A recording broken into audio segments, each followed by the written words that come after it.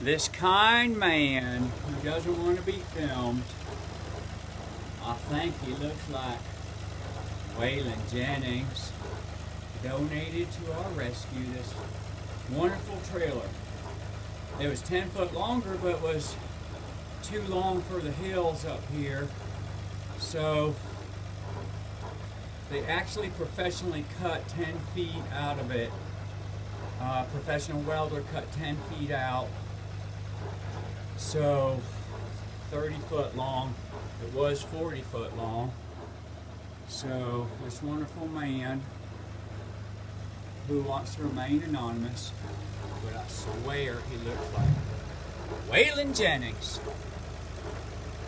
giving us this wonderful trailer for our rescue, since we got more horses coming to you from Appalachia, America, Farmer Jeep. See you.